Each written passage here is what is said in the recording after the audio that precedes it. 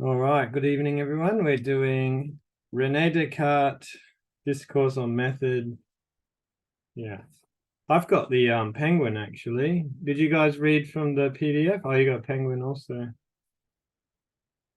I found the introduction quite interesting. Did anybody have a look at that, just out of curiosity? You go, Travis. Yeah, it I was was. just using the PDFs, so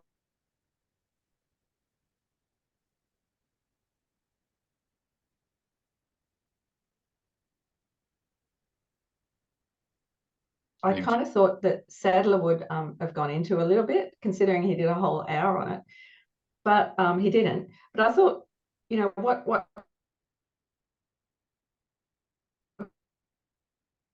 So when he was still very young, I think late teens, early 20s, he was involved in groundbreaking military engineering, and and he was a mercenary soldier in the forces of Maximilian I, the Holy Roman Emperor, and saw action in that capacity. So when he says he read from the Book of the World, he really did. And that was really interesting. Well, Yeah, it was interesting to learn more about just the other publications and particularly the world and how they all in some way need to be read together to have an understanding. So that was interesting. excellent. Can everyone hear me all right? I noticed my internet's slightly slow. No dramas. Good.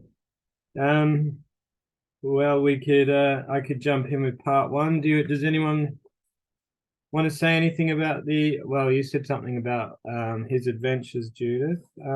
I did make some notes of the introduction, but the trouble with me is I highlight the whole text because I think everything's interesting. I think it might pay just to read maybe one page, if you guys don't mind bearing with me then. So this is halfway through the introduction.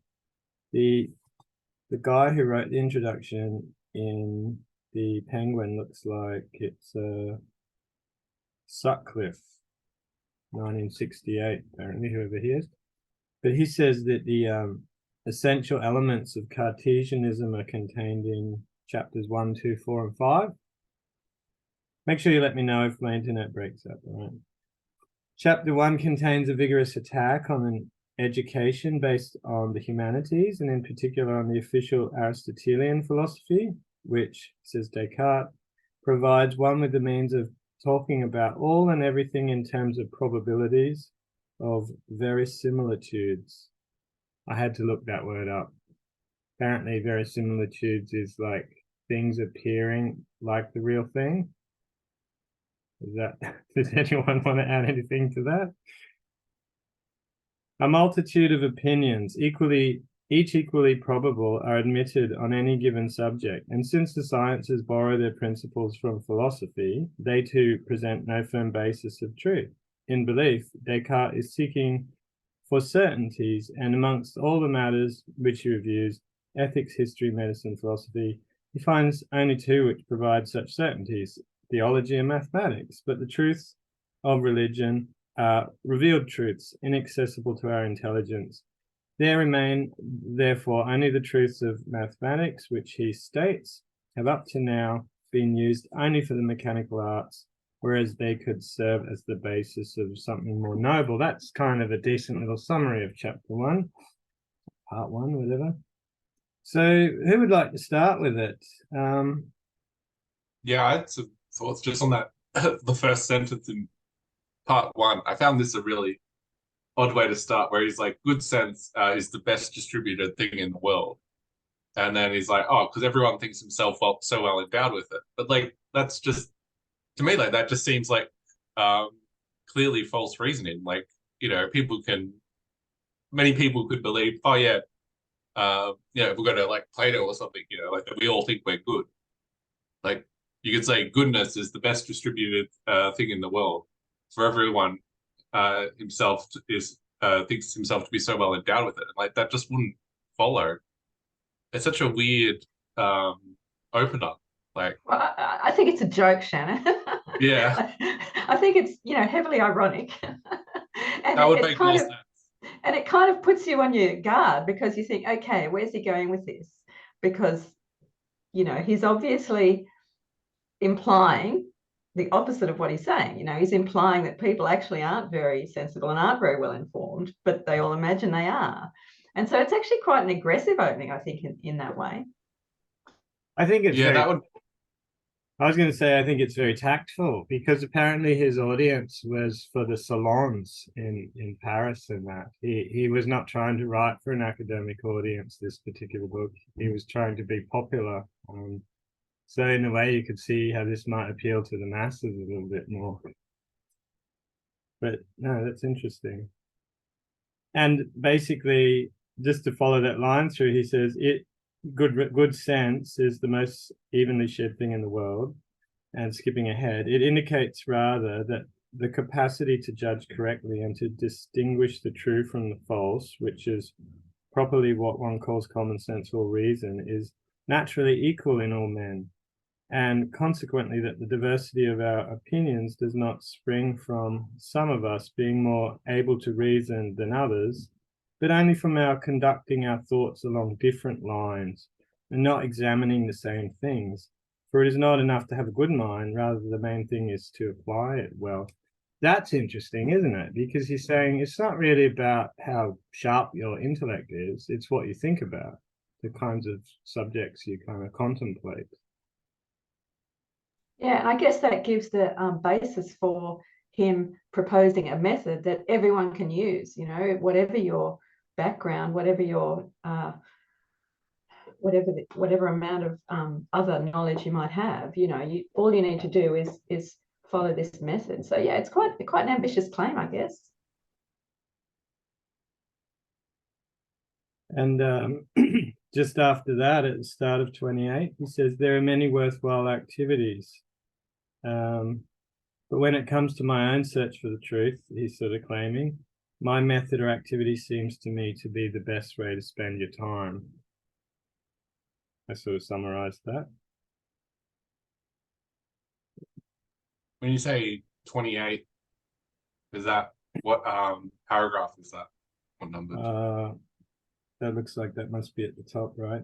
But I shall not hesitate to say that I consider myself very fortunate to have found myself from my early youth on certain paths which led me to considerations and maxims, out of which I've constructed a method which I think enables me gradually to increase my knowledge and to raise it little by little to the highest point which the mediocrity of my mind and the short span of my life will allow it to reach. And then further ahead, I nevertheless feel extreme satisfaction at the progress which I think I have already made in the search for truth, and conceive such hopes for the future that if, among the activities of men, as mere men, there is one which is thoroughly good and important, I dare to believe that it is the activity I have chosen. So there's lots of things that you could do with your time, he said in the previous little section. He says that, philosophers are having fun. None of it is a waste of time. He says it does not seem vain to me, but what I'm working on seems more useful.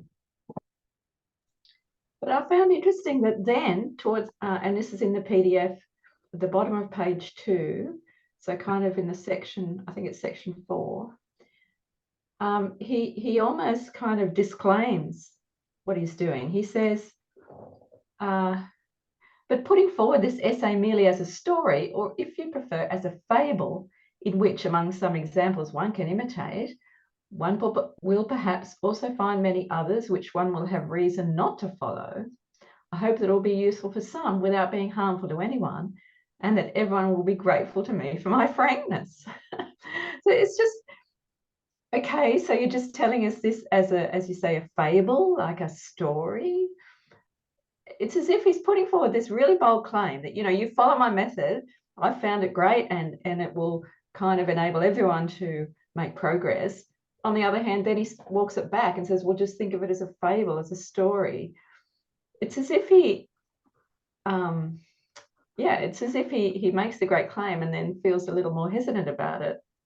Yeah, because it's like he makes like pretty strong claims of like he talks, not to jump too far ahead, but he uses like the house analogy, where he's like, oh no, like, you know, I'm not talking about the entire block. I'm just talking about my own house. But then he like does give a lot of prescriptions of like, no, you should be doing this, you should be doing that. But I'm not talking about like, I'm not making prescriptions for anyone else, but here are my prescriptions for everyone else. Like, yeah, it is kind of like, it's just not going the full way with like what he's actually saying. It's yeah, it is interesting. And then and saying that everyone will be grateful to me for my frankness when what's coming across to me is not frankness. It's kind of a little bit disingenuous. You know, it's like, is this what he learned from the Jesuits, to kind of put something forward and walk it back? I'm just wondering. Yeah, but he's playing like throughout, especially towards the end, it sort of arises that he's playing a bit of a Socratic figure as well, because he keeps saying things like, you know, I spent 8 years thinking about this. I wasn't going to rush because I realized I was a bit immature, and I'm definitely certain I'm not sure about anything, but I just know that my method is sound and I've just got to work it through. But I'm not telling everyone that they you know, and he even says this method's not going to suit everybody because there's different kinds of minds. So, you know, he's saying, and he's also saying that I don't want to be like those guys who try to reform the state and overthrow, you know, the system of government or whatever. I'm just changing myself to make myself a better person. And if those principles show that that I'm a better person as a result of it, you might like to follow me in that case, you know, because he's really saying that the ancients based ethics on little more than sand and mud, and he wants to base it on mathematics, on indubitable principles. Okay, so he tells us in the first few pages about his study that he learned everything there was to know from the Jesuits, basically. That was the gist I took from that he had access to the best teachers, and that he was not more talented than any others. He was fine. He was up there, but there were others that were earmarked for selection to be teachers. And so there's nothing about him that's particularly peculiar, but he's had access to the best education and he's finished it. And once he finished it, he realized, having known everything basically that a man of letters knows, he realizes that he'd just basically discovered his own ignorance, that it didn't answer anything, really. And part of his concern, right, is that all of these sciences and philosophies are based on something that somebody said before him and then built on, and that nothing is based on anything that can truly be proven or shown. Yeah. So he talks a little bit about the value of each of the things that he learned. I quite like that list. I'll share it with you. If anything comes up, just jump in. I knew that the languages one learns there are necessary for an understanding of the classics, that the grace of fables awakens the mind, that the memorable actions of history elevate it, and that if read with moderation and discernment, they help to form one's judgment, that to read good books is like holding a conversation with the most eminent minds of past centuries, and moreover, a studied conversation which these authors reveal to us only the best of their thoughts, that oratory has incomparable power and beauty, that poetry has ravishing subtlety and sweetness, that mathematics contains some very ingenious inventions which can serve just as well to satisfy the curious as to make all arts and crafts easier and to lessen man's work, that writings which treat of ethics contain many very useful precepts and exhortations to virtue, that theology teaches how to gain heaven, that philosophy gives the means by which one can speak plausibly on all matters and win the admiration of the less learned, that law, medicine, and other sciences bring honors and wealth to those who practice them, and finally, that it is good to have examined them all, even those most full of superstition and falsehood, in order to know their true worth and to avoid being misled by them. So now that he knows them, he can kind of critique them. Yeah, one part I just sort of wanted to highlight that I quite liked, which sort of talked to me, was that it's on paragraph 6, third page of the PDF. If we are like basically saying that the reading of all good books is like a conversation with the most honorable people of past ages. I find that quite yeah, like that rings quite true to my mind. And that's a sentence that more or less is occurs in Seneca in his Shortness of Life, by the way. Yeah, and it makes it interesting that it is like that you can have, like, say the Romans or the Greeks, like there's always this like, oh, there was this like civilization previous that did everything really well and they were really smart. We need to learn off them. Like it's just this continuous thing. Yeah, which I think is interesting. And like one other thing too is like his whole point on traveling, which that was on. I'm not sure exactly what you were reading off there, Court, it was from, but that's paragraph 7. Just below it. Just below it? Okay, cool. I didn't want to jump too far ahead. But that's very much connected to what you're saying about the reading into the past. Because he's sort of saying reading into the past is great. It's like having a conversation with these old people, but it's a little bit like traveling and you become a stranger in your own country. And if you spend too long with the past, you will lose contact with where we're at now in this present century. Yeah, which again, like, seems pretty true. And it is like that is like one of those things that's always interesting about like reading history or meeting other people, where it's kind of like it does sort of hit you in the face how different things can be. Like some of the reading I've had where I can't think of an example at the moment, but there has been something where it's a bit like, oh, that's a bit much. And like it is a very different way of viewing life, which gives you that appreciation for it. I'm not sure, like, to some extent, I sort of agree with that, becoming a stranger in one's own country. But it's sort of like, yeah, I guess like you wouldn't have an up-to-date of current affairs. But yeah, I don't think that's as he's the way I sort of read it, it sounds like he has this really like clear-cut point of like it's like a cliff you're sort of falling off of. And to me, it just seemed like a very slow gradient to go down. Maybe there is some point where I'd sort of accept that you are becoming a stranger to your own country, but like it seems like that would be an extreme occurrence, like an outlier.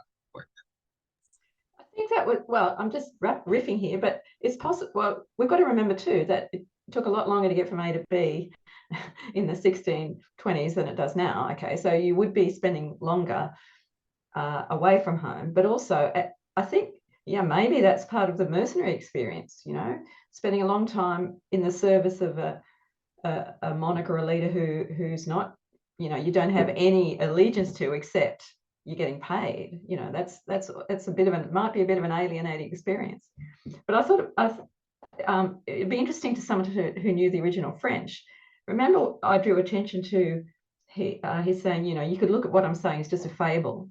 Okay, and then here at the start of 7, he says, moreover, fables make one imagine many events to be possible, which are not so at all.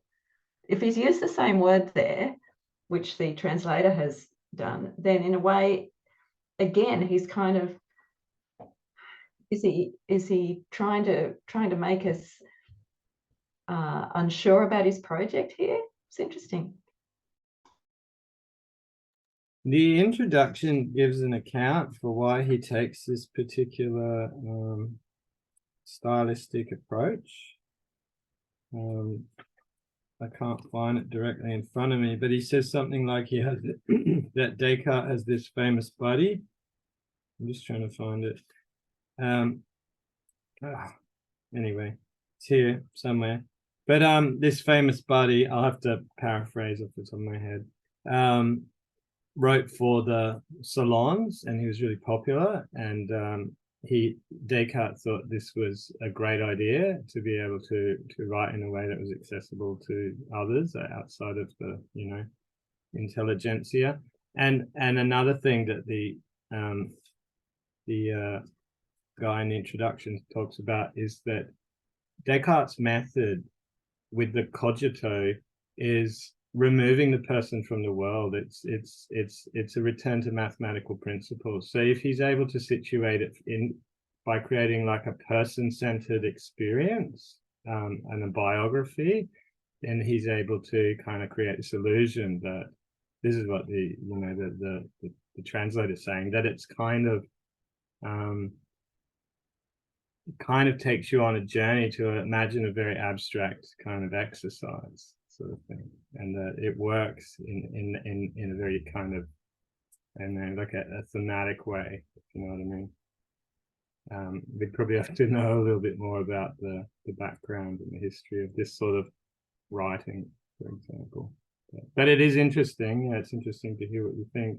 And that idea about fables too, Judith, right after that bit you mentioned, he actually says that, we read these history texts that kind of exhort virtue and tell us how we should behave and stuff. But he says here, those who base their own behavior on examples, they draw from at risk falling into the extravagances of the paladins of our novels and conceive designs beyond their powers. So we can't even trust what we read. We could imagine like the sages and the Stoics and things like that, the kind of things that they counsel us to do. Well, Descartes saying, well, show me the proof, like you could spend your whole life acting like that, but maybe I've never met someone like that, Yeah, so that was a classic Christian rhetorical objection to Stoicism, that the sage is never to be met with. That's the only the sage is virtuous, and if the sage is hardly ever to be met with, then obviously Stoicism is a completely unrealistic system. And I think that's what he's saying at the top of page 5 on the PDF, the end of section 7. On the other hand, I compared the writings of the ancient pagans that dealt with morals, and of course, mainly that's the Stoics, to some extent the Platonists, but mainly the Stoics, to very proud and very magnificent palaces that were built on nothing but sand and mud. They place virtues on a high plateau and make them appear to be valued more than anything else in the world. Definitely Stoicism. But they do not sufficiently instruct us about how to recognize them. And often what they call by so fine-sounding a name is nothing more than a kind of insensibility. Definitely Stoicism. Pride, desperation, or parricide. Now, that's a bit weird. I could see suicide, but parricide?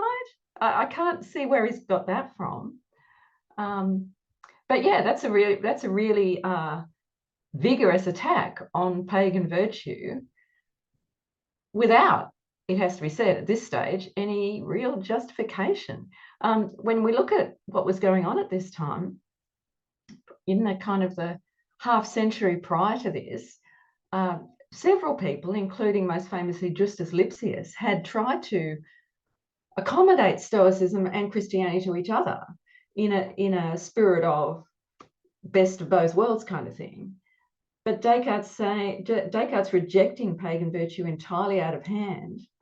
And yeah, it's a bit hard to see where his allegation that the palace is built on nothing but sand really comes from. Yeah, I wondered with that if it was like,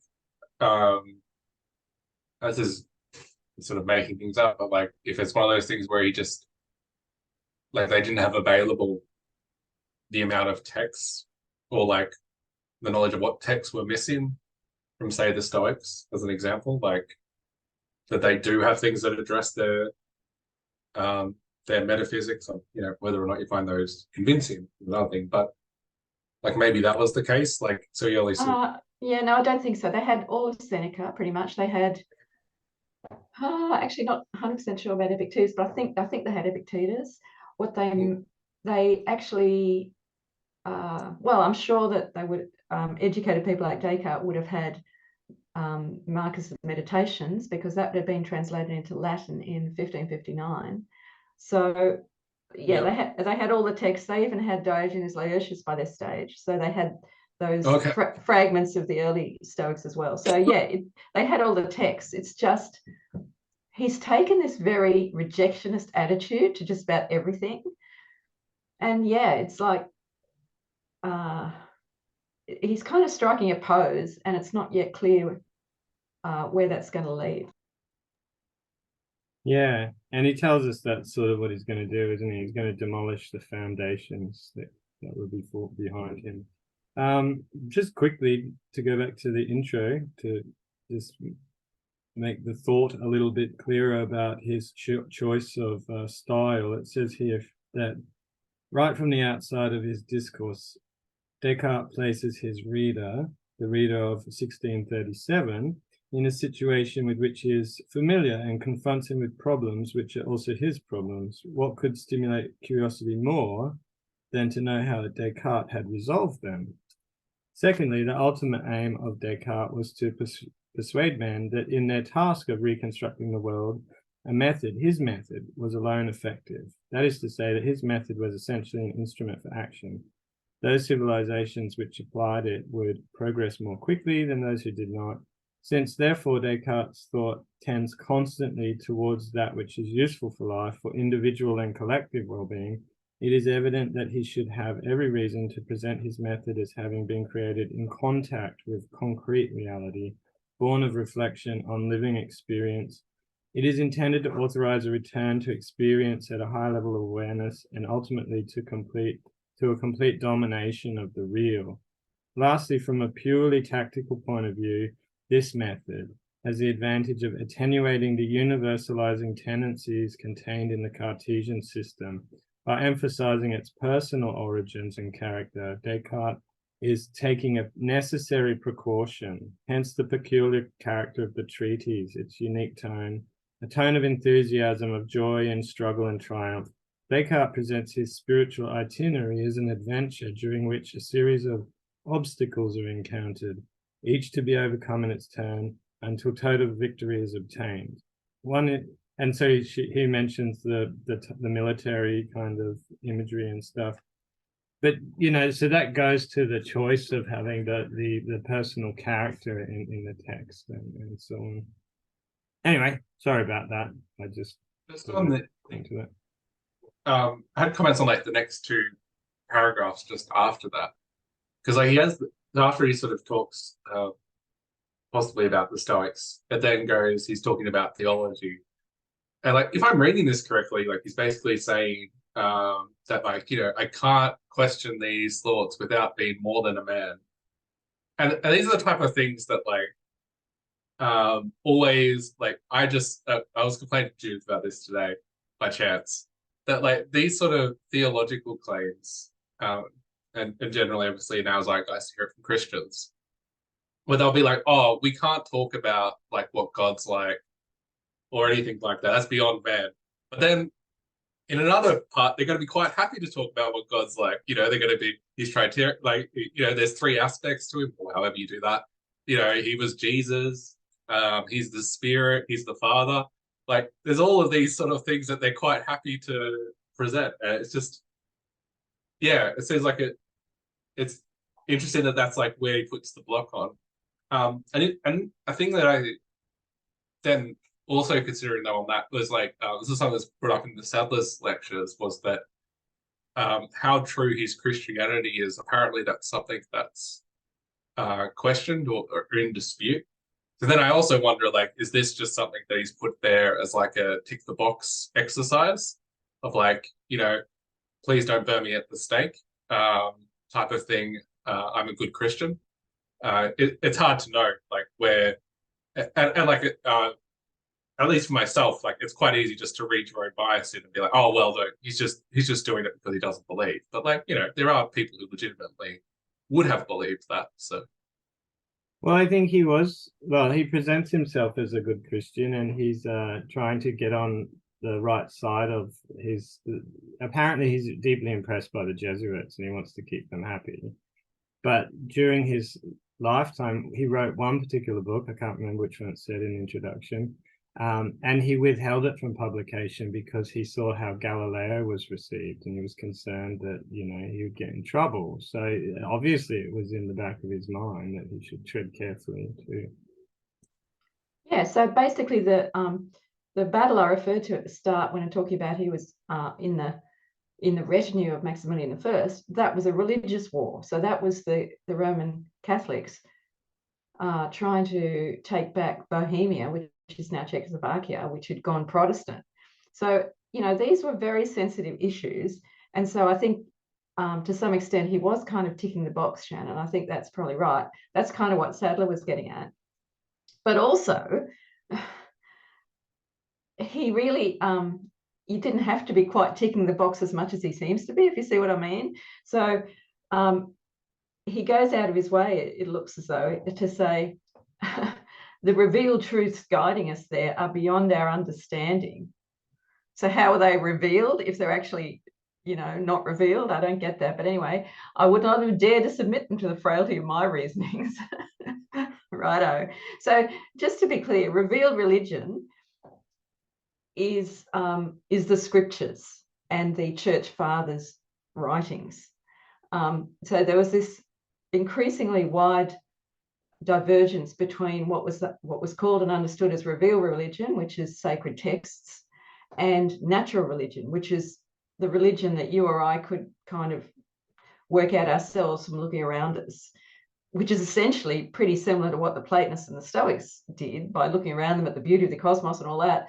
So natural religion was, you know, you look around you and you see order and you see processes and you come to some kind of understanding of a creator and ongoing processes. That's natural religion. Revealed religion is the specifics of the Judeo-Christian God as described in the Bible and the works of the church fathers. And so to have Descartes, who was, you know, a freaking genius, basically saying, oh, there's no way I could understand that. It's like, it's so weird. So it's either box ticking or it's deeply ironic or something else. I don't know. I don't get it. I think one commentary I was having a look at said something like, he wanted the meditation on first principles, is that what it's called? I think that's right. First something. To be an argument that the church would endorse because it's a proof for the existence of God in part, and he uses his method to do that. But he's basing it on a mathematical principle again, instead of just mere, you know, verisimilitude or just opinion from ancient sources. And I mean, this is my understanding. So I mean, there could be a big tension. I don't know the history behind it, so that's quite interesting. But obviously here, just moving on to say, I'm just past the bit where you were talking about fables and that. He's kind of getting to the crux of what value he sees in the sciences. And he says, and this is where the theology thing comes in, because he says, well, in mathematics, I can see that certain truths come out of mathematics that aren't dependent on people's opinions, you know. So maths appears to be, of all the sciences, maybe, you know, there's some value in using it as part of the method. Theology is great too, because it prepares you to heaven, but like you said, and I think part of his point there is whether, I don't understand Christianity very well, but he's saying, it seems to me, that it's based on faith, not on reason. So even the lowly, I don't know, person who never ever went to school can get into heaven if they have the right kind of faith. So that's not really what I'm talking about here. But philosophy can't really help us because we know that it's just based on opinion.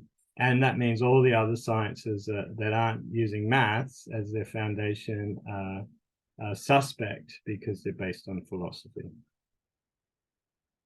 Yeah, that was like, that's that paragraph just above where he's talking about philosophy. And he's got, I deemed everything that was merely probable to be well nigh false. That seems like such a, that's such a strong like position to hold. Maybe this is like my enjoyment of statistics coming through, but it's like, oh well, you know, you just accept probabilities. Like that's a bit extreme going, oh, something's got a 60% chance of happening. That means it's well nigh impossible for it to, what? How are you like jumping over there? You know, it's a, calm down, Descartes. It's okay. Maybe you lost at the races or something, but just because you had good odds and you know, sometimes you don't win, that's okay. You know, money comes and goes. Yeah, it's just such a strong position. And there's also too like this idea of like, oh well, there's like dispute in philosophy, so I'm not going to care what they, not exactly, I'm not going to care what they say, type of thing. It's like, well, like he's going to do this anyway. Like he's going to go back to the philosophy and sort of, you know, he's going to go into the mud of philosophy. Like it's not like he's sailing on clean through some alternative method. It's Yeah, absolutely. He's not going to be doing straight addition or he's not doing equations when he finally comes down to it, is he? I mean, that's right.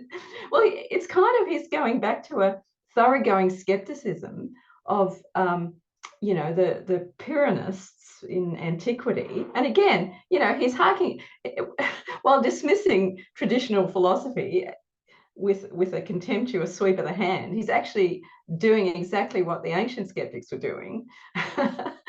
And in as you say, Shannon, deeming everything that was merely probable to be well nigh false. Even, I mean, there were plenty of skeptics in antiquity who didn't go that far. So the academic skeptics, such as Cicero, didn't go that far. Some of them did. And so it's like, you know, in sort of dismissing everything that was merely probable to be false, that's a really extreme position, really extreme starting point. I thought it was interesting as well because I was really struck by the beginning of the text. But one of them was the fact that, to go back to that, he says that we always guide our thoughts along different paths and we do not think about the same thing. So the idea that we would only have one thought process or guide is kind of dismissed straight off the bat. Yeah, it just because at a time sort of moving forward, just jumping down to paragraph 10, if that's okay. Oh, hang on, just I wanted to sorry. tell you this bit that linked in with that. It's sorry, it was in the introduction again.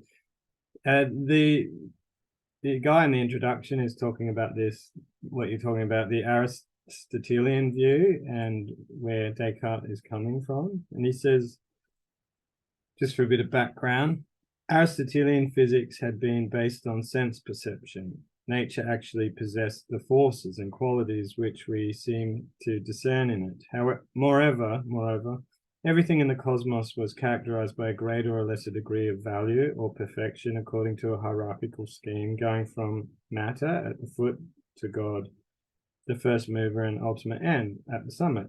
At the center was earth, and centered upon earth was man, all the other contents of the universe being ordered around him and for him. By excluding all forms, qualities, and forces, and by reducing matter to its mathematical expression, Descartes at the same time ruins the very notion of the ancient cosmos. Henceforward, the only spectacle which presents itself to the inquiring eye of man is that of matter agitated by movements according to mathematical laws. God is no longer present in the world, and neither is man in the sense that he no longer has an assigned place there. As mind, infinitely separated from a world which is matter, the role of man can only be that of dominating his surroundings, of becoming master and possessor of nature. And he says, however much the Cartesian dualism of mind and matter has bedeviled philosophy, it opened the doors to the development of modern science. And so this language of mathematics obviously paves the way for physics to be able to investigate matter in the way that made it able to harness the forces of nature, basically. But obviously this is, the phenomenologists have this same problem with Descartes, right? Because they see him as, by making maths the kind of, what do you call it? The way in which we understand reality, we've decentered man's place in nature. And instead man is this disembodied cogito who is able to understand and manipulate the laws of nature without ever having to be embodied in the world, so to speak, which again changes our whole ethical nature. Yeah, there is, not that I could probably word it precisely. There is something odd I find about where he's talking about this application of mathematics. I think Judith might have said it, where like it's not like he's going 1 + 1 = 2 when he goes through his reasoning. Like it just becomes like it just reads like philosophy. Like it's not yeah, it's just philosophy.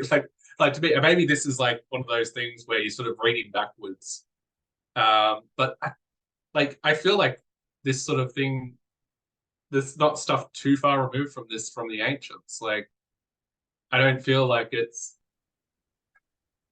hard to know, obviously, but I don't feel like I have a modern bias to it, which maybe I like, it's always possible that one does, but yeah. But the big argument kind of goes, as far as I understand it, like to go with you where you're going, is that all of the ancient philosophies, more or less, maybe not Epicurus, I don't know, based on what we've been reading about him, but all of them place man at the center of the cosmos in some important way, it seems. Maybe I'm overgeneralizing, but that there's this special relationship that man has, this sort of superior being who shares some special kinship with nature and with God and things like that. And there's a kind of hierarchy. That all gets thrown away basically when it becomes a mathematical picture. It's just matter is geometry, algebra, and logic all kind of knocking around in space, and God must be this kind of transcendent father figure, I guess, who's beyond it all. And all of this goes to prove that God actually exists somehow. There's proofs to the existence of God in here. Yeah, that definitely get to those. I have thoughts, but it's the God of the mathematicians at the end of the day, Yeah, but they like, just so we can sort of get through this, at least this part, like just on paragraph 10, he has this part where he's like, it's like one of these things where like I agree with him, but I feel like he wants to do more with it than what he actually lays out. So I won't read through the full thing, but he's basically saying that someone who's got skin in the game, who's physically doing or like involved with the thing, is going to be a better judge than someone who's completely removed and just has booked learning and doesn't care about the outcomes of what he's doing. It's just about, being a bit of a show off. And it's like, with the way he presents that, I agree with him. Like, it's right. But I feel like he's wanting to do like a little bit more with it, which I don't want to allow, which is, I think he wants to go, and the booked, like this booked learning or like sort of more disconnected study is wrong. And like, I think it feels like he wants to extend it beyond this like narrow way that he's defined it, where basically he said the booked, like the person who's studying disconnected doesn't care about what he's doing. But I think it gets a lot more messy when you have someone who does care. So that's just one of those points where it's feel like, what are you trying to do here? I feel like you're trying to rhetorically move me somewhere that I don't want to go.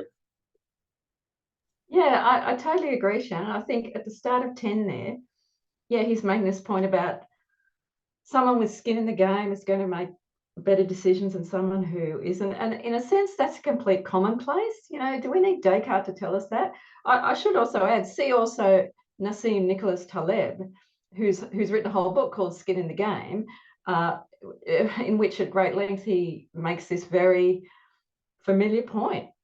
But it seems to me that there's things to be said about that, including even in Descartes' time, generals didn't necessarily go to the front of the army and wave their sword around. Functions were delegated. So, what does it mean to have skin in the game? Does it mean to be out there actually on the front line, battling with the front line of the opposition, or does it mean something else? This whole idea of skin in the game is quite a contested and difficult. Intuitively it seems obvious, but in practice it's actually a lot more nuanced. Another example is by the 1630s, at least in Britain, there was some form of representative government. You know, we don't all make decisions. We're not all our local council. We delegate that function to people to make those decisions for us. So, you know, do those people have skin in the game, or do they not have skin in the game? So, you know, it seems to me, as I say, it seems obvious to be able to judge whether someone has skin in the game or not. In practice, it's actually really difficult to judge whether they do. And so this seemingly intuitive point is really not that intuitive after all. Yeah, and I feel like he's given like an example where you can kind of be like, yes, I can like imagine people like that. Like that's not, it's not like these are sort of abstract people. Like you can imagine someone who's just like, I want to say things just to freak people out, or like just to be a bit of an edgelord type of thing. And like versus someone who like it's actually affected them, they have skin in the game. Like it's like, yeah, no, I agree with that. That's not completely disconnected from reality, but it's like there's nowhere else you can really go with it. Like it gets, yeah, like you were sort of saying, it just gets really murky. Mine doesn't use the phrase "skin in the game." Does yours? Ours doesn't either. We just kind of you know, independently arrived at that metaphor. Because I guess I read it differently. Surprise! I kind of see him as saying, are we talking about the same bit where he's saying, you know, I've learned everything I can from the books, and so I went out and traveled the world? Is that what we're talking about? No? Okay. We're talking about the top of section 10, where it says, for it seemed to me that I could find much more truth in the reasonings that each person makes concerning matters that are important to him and whose outcome ought to cost him dearly later on if he is judged badly, than in those reasonings engaged by a man of letters in his study. You know, we can all sneer at the man of letters in his study. That's really easy to do. Which touch on speculations that produce no effect and are of no other consequence to him, except perhaps that the more they are removed from common sense, the more pride he will take in them, for he will have to employ that much more wit and ingenuity in attempting to render them plausible. And yeah, I mean, perhaps Descartes had, you know, as a man of action, he'd done the hard yards. He was out there in, you know, designing military equipment and out there in battle, so he could afford to have a bit of a go at people in their ivory towers. On the other hand, as I just said, it's actually a lot more complex. Oh, I see what you mean. I still have that alternative reading, because the way I read it, this is, if the men of letters know only what they've learnt from books, and everything that came from the books is based on faulty opinion or false belief, and therefore their judgments can't be trusted, then this person has no kind of grounds to make, you know, they don't know anything, basically. That's how I read it. And so he thought, well, I know that I don't know in this Socratic way because I've been through the same instruction and I'm aware of my ignorance.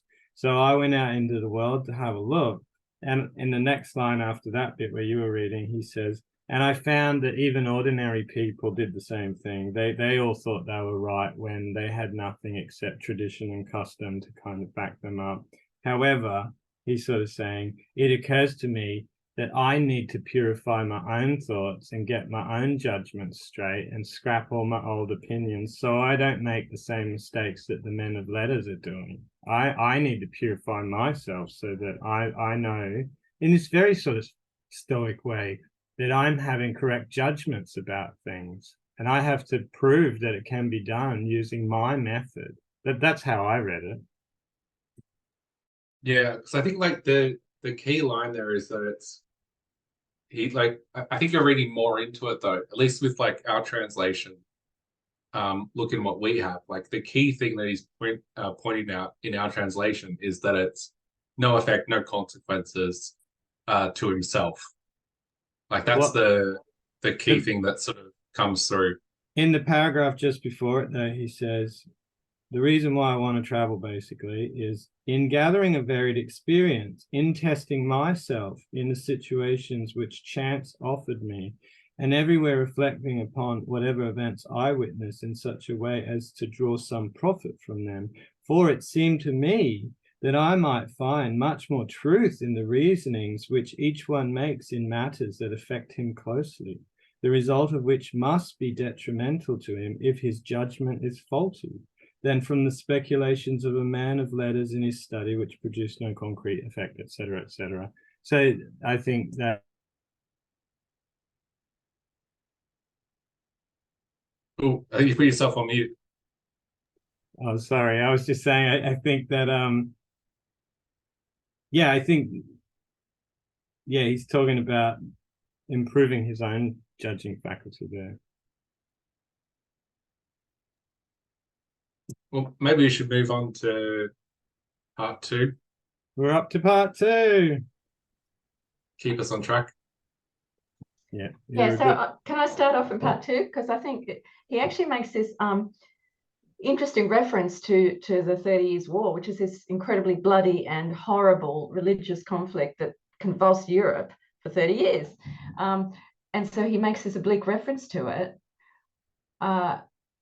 I was then in Germany, where the occasion of the wars, which are not yet over there, had called me. And as I was returning to the army from the coronation of the emperor, that's Maximilian I, the onset of winter detained me in quarters where, finding no conversation to divert me, and fortunately having no worries or passions to trouble me, Stoic reference, I remained for an entire day shut up by myself in a stove-heated room.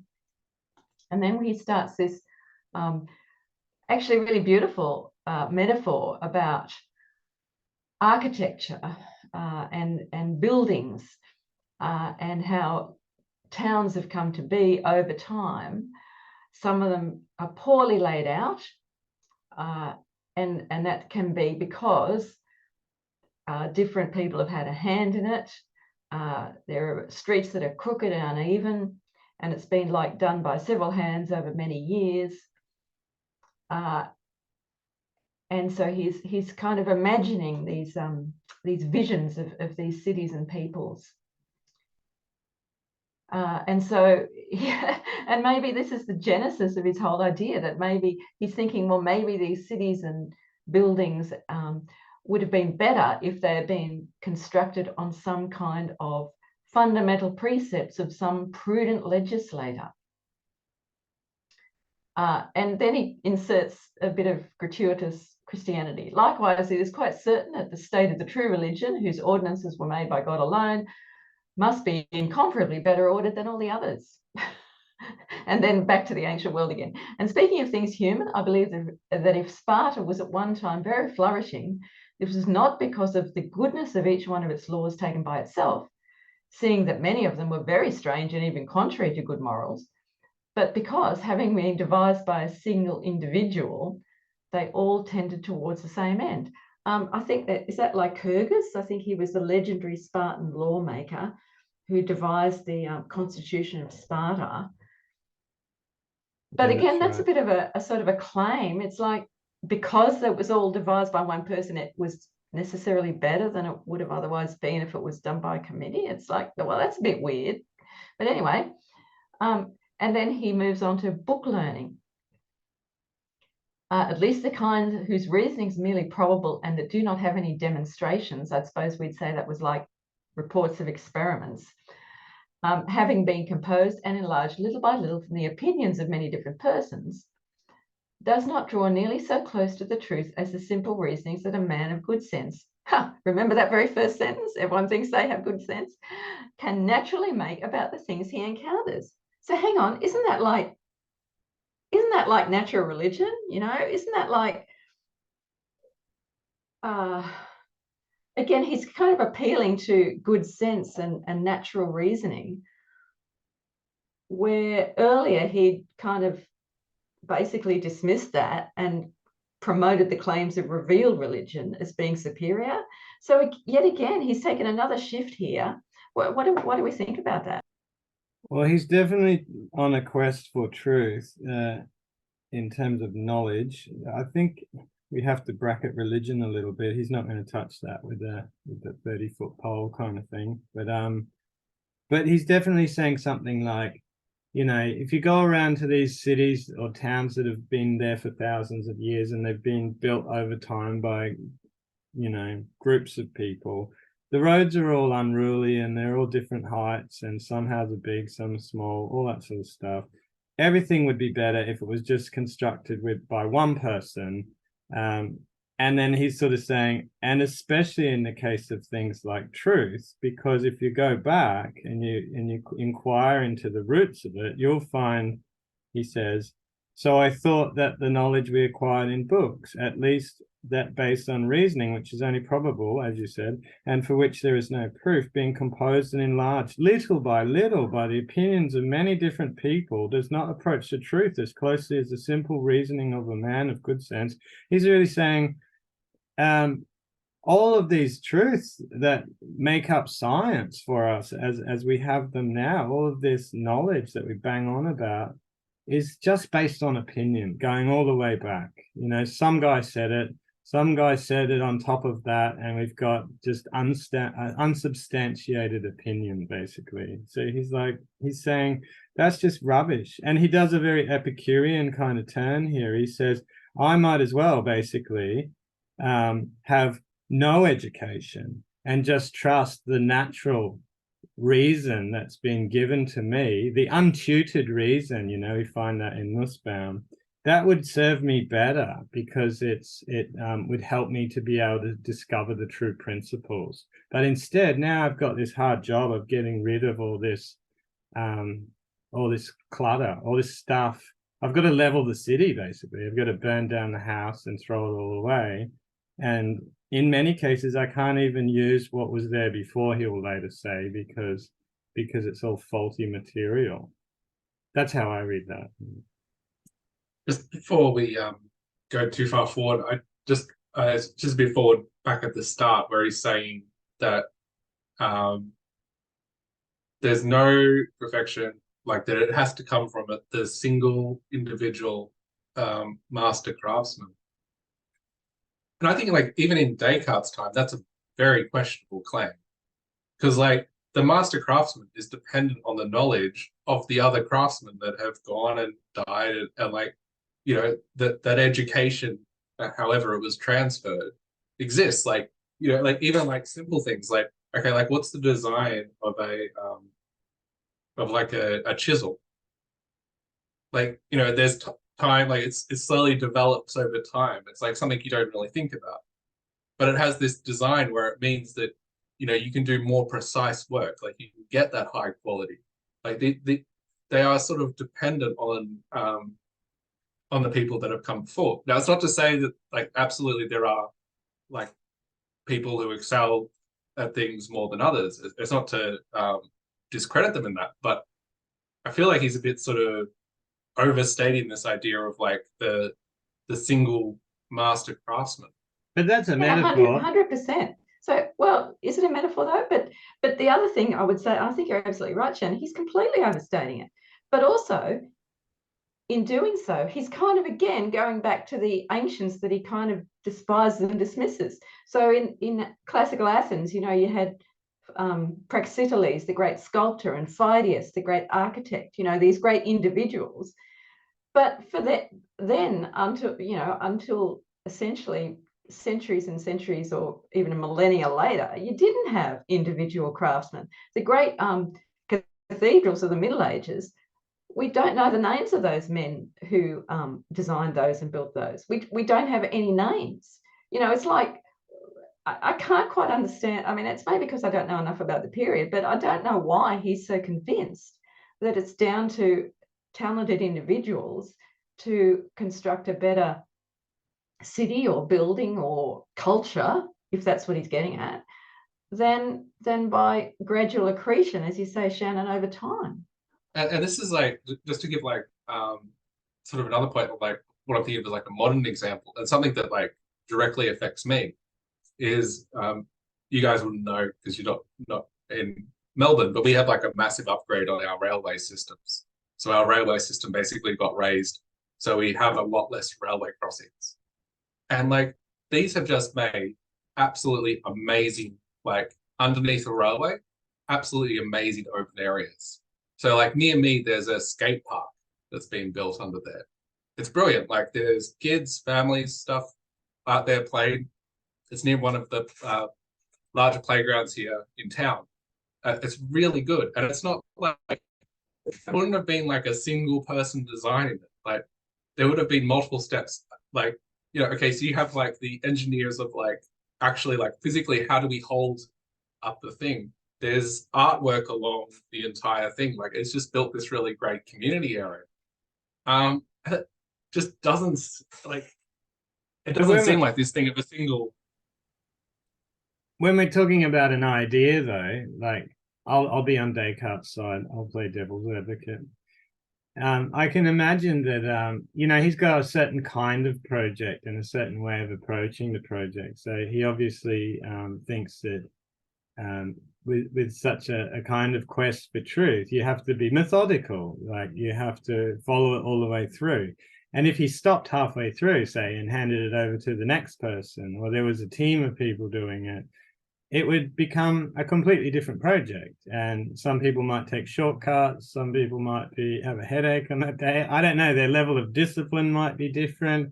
So in a way, he's saying that would be an unreliable method. The method seems to have to be carried out from beginning to end, a bit like God, by a single architect, who has a kind of overall vision of the city in mind, so to speak. Yeah, Don't but we all know the people? Don't we all know somebody in a workplace who's got all the corporate knowledge and they don't share it and everything, and they take all the credit for stuff, when in fact it has actually been a team effort. But so I don't know where he's got this idea that. So to your point, Courtney, people who do try to, monopolize all the corporate knowledge in themselves, they're the ones who get caught short in succession planning and don't pass their corporate knowledge on to other people. And then it's an absolute fiasco because nobody knows why something's been done in a certain way. Nobody knows what the relevant considerations were. So it seems to me there's really strong arguments against Descartes' position here, which he just happily ignores in order to proceed. He's definitely an innovator, and he's looking back at the past, isn't he, as somebody who's a real firebrand, and he seems to think it's all got to be burnt down and we got to start all over again. I mean, maybe that's not true. Maybe he's quite a conservative, and he sees it differently. But yeah, he looks like that, doesn't he? I would say like in some of his things that he writes, like there feels like this tension, but the way I feel he presents himself, or at least likes to think about himself, psychologize him a bit, is he does kind of sound a little like conservative, but then there are definitely points of tension with that, which I feel like there's throughout this essay where like he's sort of going like, oh yeah, just do your own house, but then you read him and it's like, I don't think you're just talking about your own house. Like it's hard to get that straight line. He must have been a peculiar character, though, because he just sort of clicks his fingers, doesn't he? He goes, oh, I'll just be moderate. I won't have any extreme desires. Most of us spend our lives struggling just with something as simple as that. That's just like a side note for him. Just to sort of continue us through the text, like this is section 14, where I sort of see like this is one of his ones where he's giving that prescription. Oh, just a side note as well, he does very long sentences, at least in the PDF. I'm not sure if that's in the Penguin as well, but they're like exceptionally long. Anyway, but he basically goes like they would not be at all reasonable for a single individual to plan or reform a state by changing everything in it from the foundations up, and by toppling it in order to set it up again. And this is like just one example of those things where it's like, he wants to talk about the single house, but it kind of feel like he is giving prescriptions for the entire block type of thing. Yeah, and that's right. In section 15, he goes on to say, oh, well, my plan has never been to, tear everything down and reform everything on my own. Really? Isn't that exactly what you were just doing? It's like, he puts something forward, then he walks it back. And again, you can only put it down to sort of this Jesuit education, I suppose. Perhaps those with whom God has better shared his graces will have more lofty plans, but I fear that even this one here may already be too daring for many. So what is he actually recommending? I do like that section though, because he's saying, yeah, it's and you see echoes of this in ancient philosophy. People like Epictetus, Stoicism's not for everyone, and you see that here. I very much fear that even mine be too bold for many people. The mere resolve to divest oneself of all one's former opinions is not an example to be followed by everyone. That sounds like the kind of thing the Stoics would say. And the world is made up almost entirely of two types of mind, for which this would not be at all suitable, namely, those who, thinking themselves to be cleverer than they are, cannot help judging prematurely and do not have the patience to conduct their thought in an orderly way, with the result that once they have taken the liberty of doubting accepted principles and of leaving the common path, they would never be able to keep to the road one must take in order to go straight forward, and would remain lost all their lives. And secondly, there are those who, having enough sense of modesty, basically to know that they are less able to distinguish the true from the false than some from whom they can learn, ought rather to content themselves with following the opinions of these others instead of seeking better opinions themselves. Yeah, I guess we could have a go at Descartes here, because it's a vast overgeneralization of saying that all people more or less fit into two categories. And it's also a bit like that, like the Chad meme. Like they'll have like the cartoon will basically have the person who you dislike present the views that you disagree with, and the person that you see yourself as is the Chad, and then they're going to put forward like your views. It's kind of like, it feels like that, where it's like, oh yeah, they're incapable and they have no idea of how useless they actually are. And then there's these other people who are sexually very attractive, intelligent, beautiful, like they're so knowledgeable, and like, but also very modest. That's where I fall under. Well, I think that's a fair enough. Yeah, I think that could be a real thing going on. Like, obviously, part of the fallout of Cartesianism is that it's not person-centered at all. So maybe there's something wrong with Descartes' view of other people. Maybe he's one of those. I don't know. I don't know what he must have been like, but yeah. But I feel like that split. Like, I think you could have people like within a single person have circumstances, areas where they fall in the second category, and areas where they fall in the first. Like, and that's putting aside the problem that, like, yeah, like you're saying, Cordelia, like it's you could criticize it for being a generalization. Like, putting that aside, like it's just kind of, yeah, I don't know. It's like you kind of almost want to like scroll back up and go to where he was talking about the ancients and be like, well, Descartes, are you worried that in this section you might be putting your foundations on sand, like, because you got no basis for this? Yeah, good point. So I just want to say about that final section that you quoted, Courtney. Second, there are those who have enough reason and modesty to judge that the less capable of distinguishing.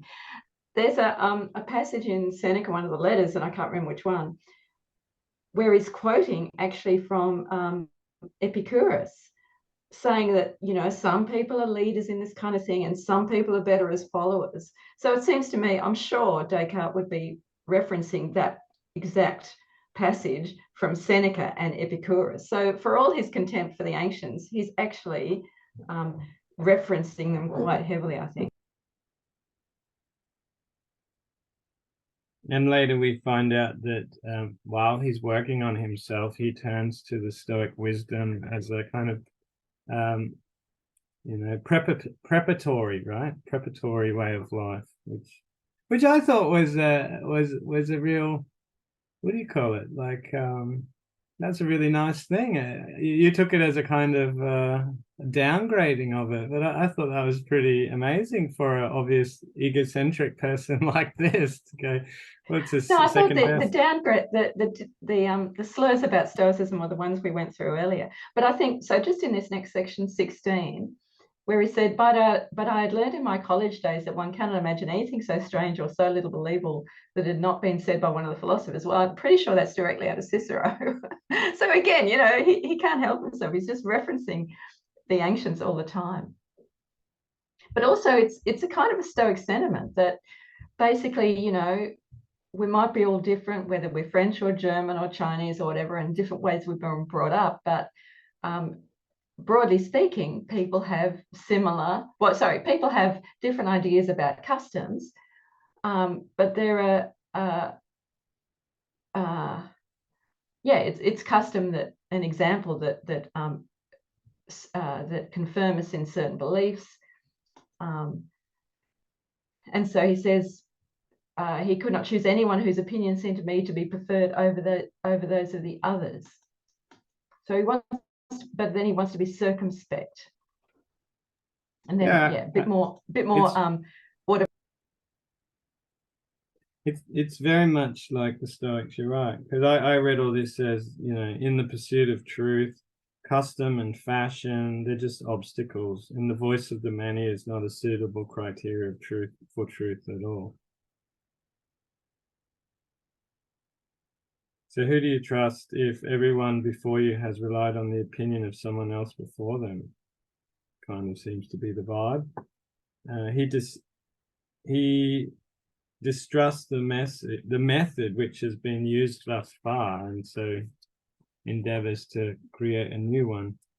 And then he tells us, doesn't he, that he sees utility in logic, algebra, and geometrical analysis, but he also sees certain problems that he discusses.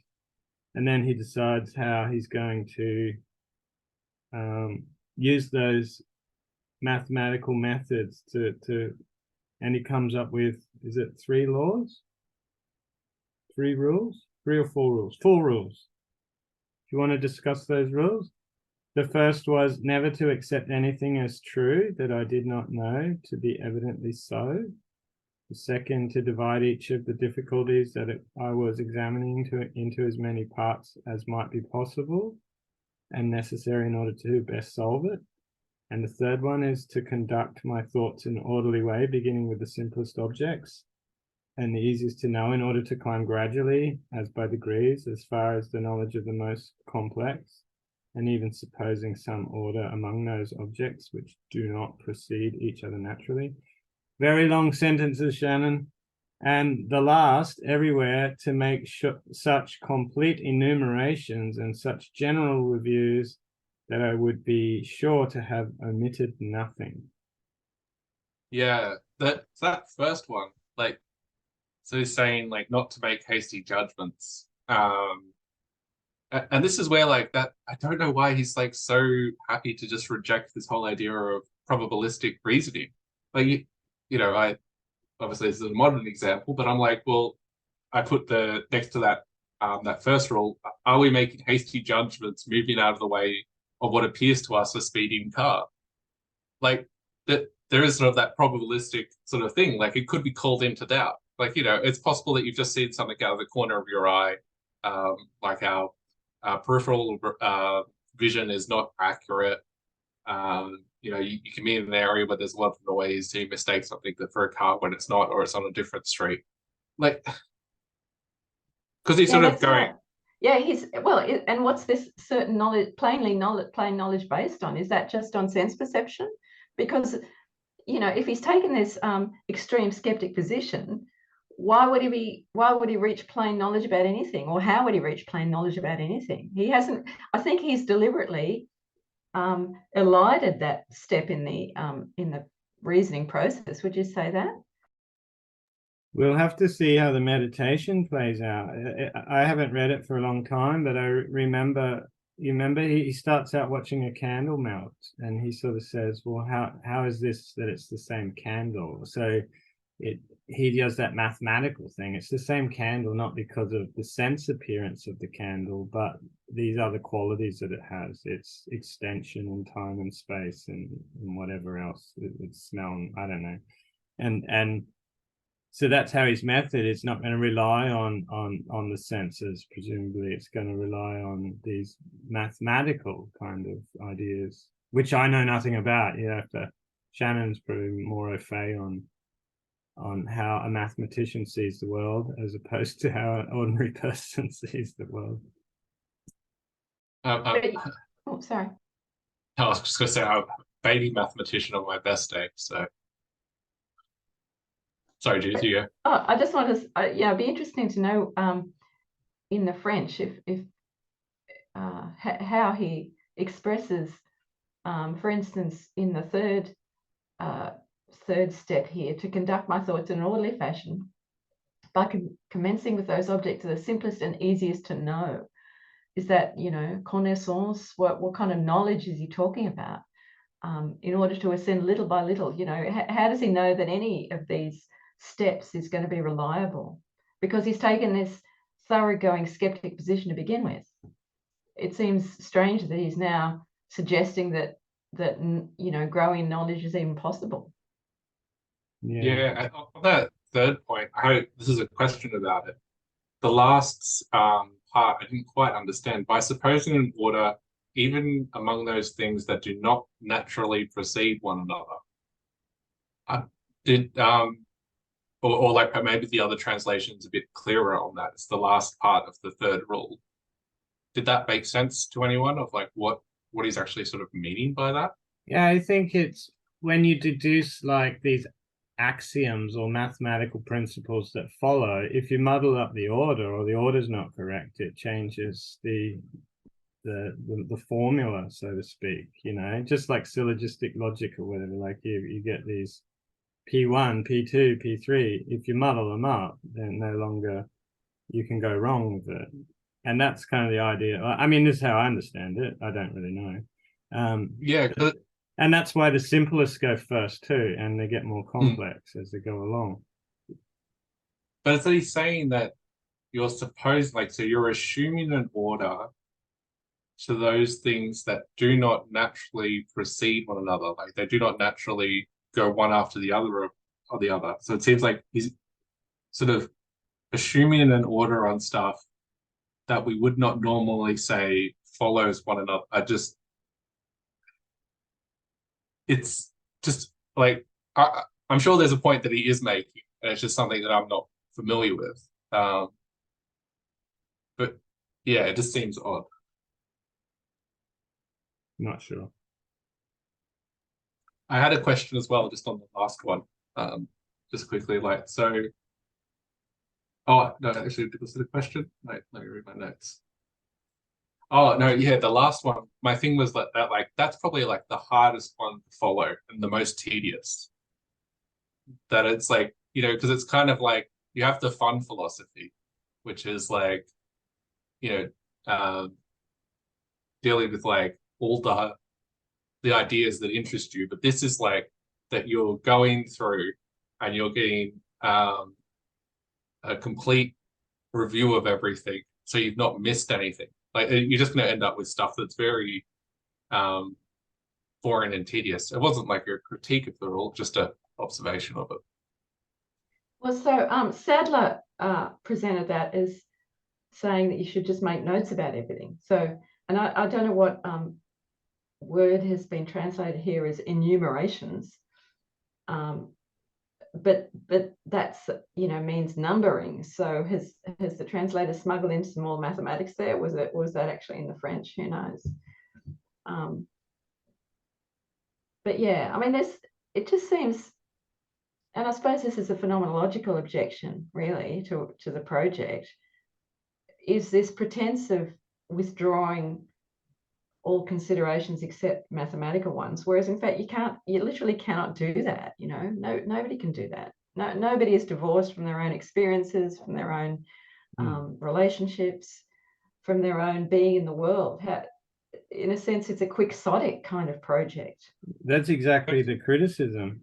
It's exactly that, because it seeks to describe universally, the forms of things, these universal qualities about things. And unfortunately, you can do it, it seems. The physical world can be broken down into, extension and, those, whatever it is, all the the geometry and the algebra and the logic which is integrated for this purpose. But what does it do to the embedded human figure, which the ancients were concerned with, hence care for the self and care for other, and instead he's taken out of the picture. He's no longer relevant, and God's no longer important either, as in the picture. God now is outside the picture. It's just the architect. I think it's like, to me, it just seems like a faulty way to go about things. Like, it seems similar to this idea of, which I'm sure, I think maybe we've spoken about before, Courtney, where like psychology wants to be physics in terms of its approach. And it's the same thing with like other social sciences. And it's like, but you're not doing physics. Like, you're dealing with a different problem. Like, there's going to be different tools you're going to use. There absolutely is value within mathematics, but it's not like the end of the story. Like, it just seems like a limited view. And it's used by Descartes to further his interest in psychology as well as other sciences. And this is how this gets picked up in critical psych, which we've discussed before, is that they often point at this Cartesian kind of movement and say, you can't measure human beings this way. You can't abstract them from the world. Just like you're saying, Shannon, you can't turn them into statistical principles that, unless maybe you can do something with behavior and probability, but not in terms of mentation or mental processes or psychiatric conditions or whatever, and then reduce those to a bunch of statistical data points that you can then manipulate and do stuff with as you would physical matter. And that's the kind of conclusion that clinical psychology tries to subject the subject to, basically.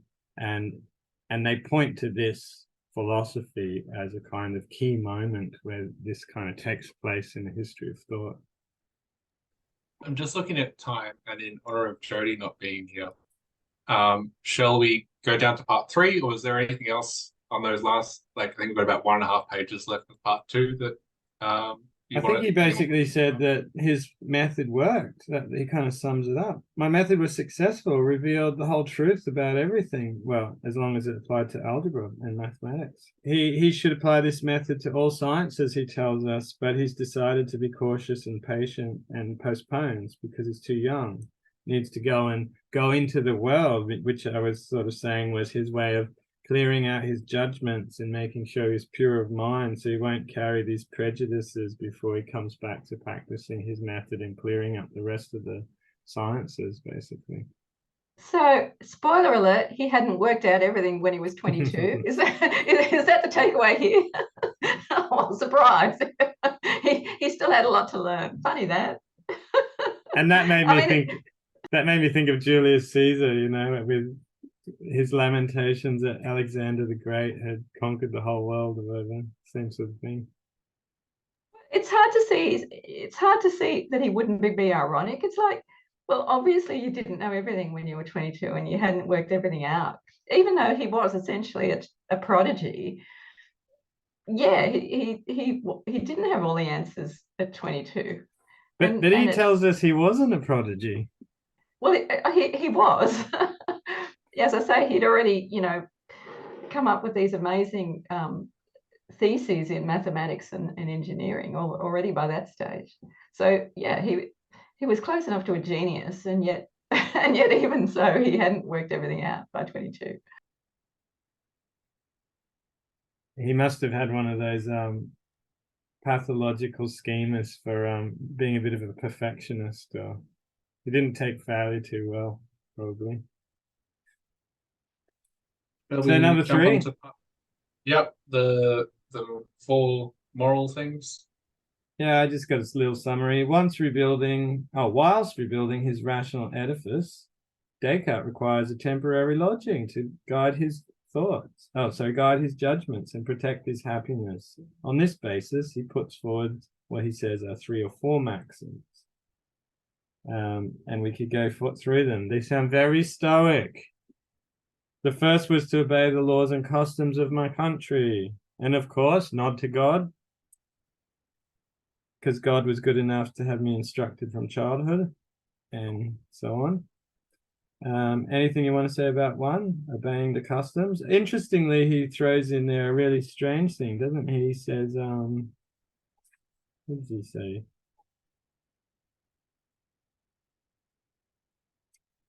Did anyone spot the weird thing? There was something I wanted to comment on with that first one, where he's got like I've been instructed from my childhood and governing myself in everything else according to the most moderate opinions, and therefore furthest from excess. Opinions which were commonly accepted in practice to be the most judicious of those with whom I have to live. Yeah, it's just that, like, so it seems like like at the first part, I was like, okay, like pragmatically, yeah, probably should just follow the laws and customs where you are as a starting point. But he sort of wants to go, oh no, but the moderate opinions are the agreeable ones. And it's kind of, it's like, wait, but why? Like, what are you? I think that he gives the why, and it's very pragmatic. He says, and this is at the end of 23, I would choose with the most moderate, not only because they're always the most suitable for practical affairs, and probably the best, every excess usually being bad, but also so as to stray less from the truth path in case I should be mistaken, that if I had chosen one of the two extremes when it was the other one, I should have followed. So he's saying that if you choose the moderate path, you've got less, again, you've got less distance you have to walk back should you be mistaken. It's pragmatic. It's also Aristotelian, right? Because it's a golden mean. If you're in the middle, it's much easier to correct your behavior than if you're at some extreme. And that's the weird thing. He says, in particular, I put among these excesses all the promises by which some part of one's freedom is taken away. And what he's talking about is promises and things like that, because he's saying things change, which I think is really neat. I think it's interesting. He says, not that I disapprove of laws, which to counteract the inconstancy of weak minds. He's fine with laws and secular things like that. He says, but what I've really got a problem is because I saw in the world nothing which remained always in the same state. So things are always changing, right? That's that whole Heraclitean kind of thing. And as in my own particular case, I promised myself to make my judgments more and more perfect and not to make them worse. I would have thought I had committed a grave error against reason if, because I once approved something, in the past, promised to do something, I felt obliged to consider it good later when it had perhaps ceased to be good, or I had ceased to consider it so, which of course made me think of Marcus Aurelius's ho cosmos aloiosis ho bio hubelepsis, that things are always changing and you can't make promises. He's actually putting his own spin on this by saying, I don't know if I could make certain obligations because my judgment might change and the world's likely to change. That's pretty weird, right? I mean, the whole, again, going back to Maxim 1, if you're following the normal course of normal human life and social obligations, that includes commitments, that includes obligations. Is he saying he doesn't make any commitments? He doesn't make any promises? He doesn't enter into any contracts? But that's what it looks like. And if you read through, right, he gives this impression of himself where he doesn't want to get married, he doesn't have kids, he doesn't want to have a normal life. He straight up says, I'm just going to go and pursue knowledge and truth. I'm not going to, and that kind of fits with this kind of character. He's really not interested in it, from reading this at least, in the kind of commitments that you need to have with people that rely on that sort of stuff, you know what I mean? Like rely on kind of promises and obligations and things like that. He says he's okay with it in the legal sense, but he doesn't want to make any obligations that he would then have to kind of that would cause him to counteract his reason, you know what I mean? Yeah, I think it's weird too. But I mean, maybe I'm wrong. That's how I read it. And just on the second law, I found like that is so stoic. Like Read it out. my second maxim was to be as firm and resolute in my actions as I could, and to follow the most doubtful opinions, once I had decided on them, with no less consistency than if they had been very well assured. And to me, like that, like I think it might be in Marcus and Epictetus. There's a quote that's similar to that, like that sort of um yeah, consistency, like Constancy. constancy. Did I say the wrong word? And again, it's very practical advice, though.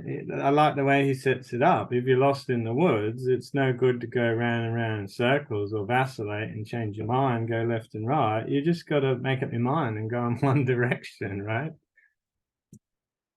And again, this is a critique of why you couldn't put more than one person on the task, because if you don't know quite where you're going and you've got more than one organizer trying to make decisions, that could divide the team and you could end up going in contrary directions. You need that one guy just determined and willful, heading where he's going. It's the next section that's really stoic, isn't it?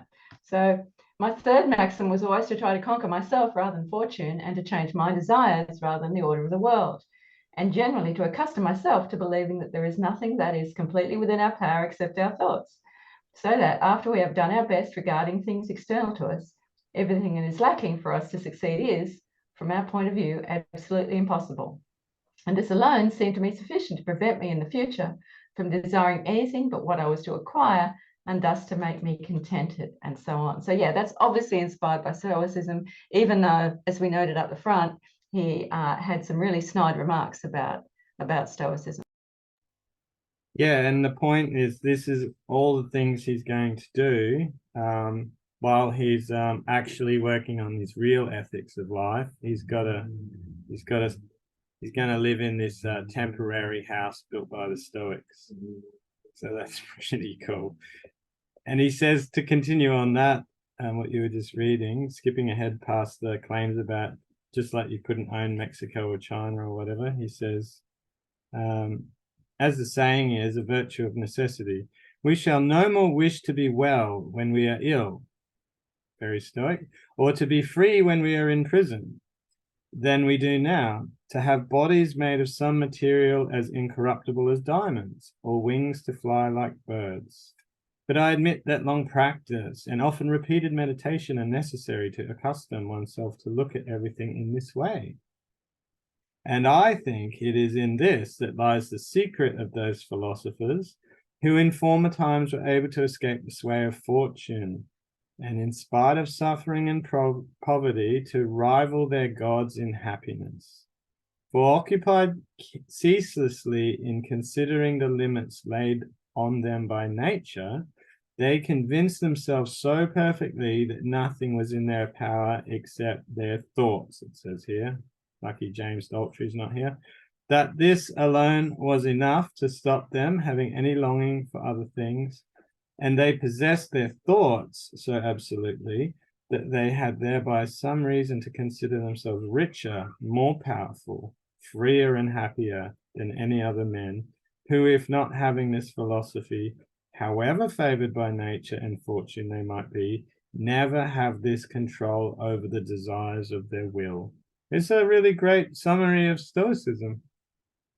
It's just crazy. Like, I know we've made this point before, but like that he goes so hard, like on the ancients, and then you read this, and it's like, what do you mean? Like you're just a Stoic, like, and like Jules was saying, like they had access to these texts. Like it's just so, like there's no way he can't, like he has to be drawing on them. Like it's just crazy. 100%. I mean, and that's the thing, he wants to have it both ways. He wants to diss the Stoics about, insensibility and what was the other thing? Pride, arrogance, but all the rest of the usual Christian critiques. And then actually just adopt the the core tenets of the system. It's like,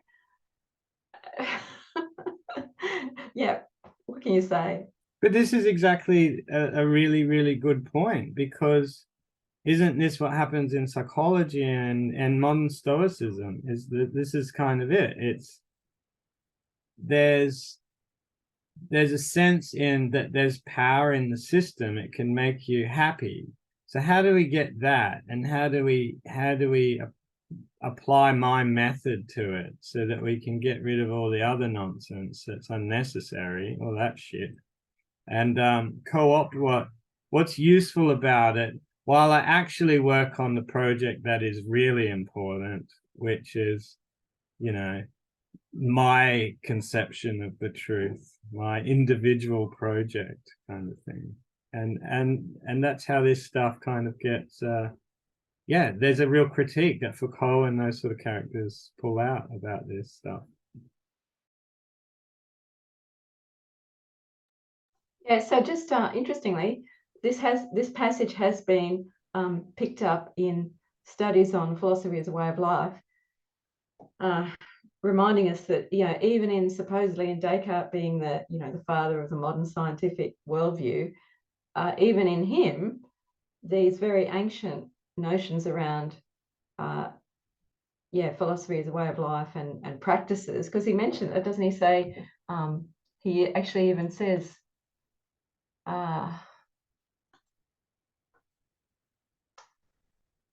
anyway, he's got an expression, I can't remember where it says practices or exercise, but he actually refers to what the Stoics were doing as a life practice.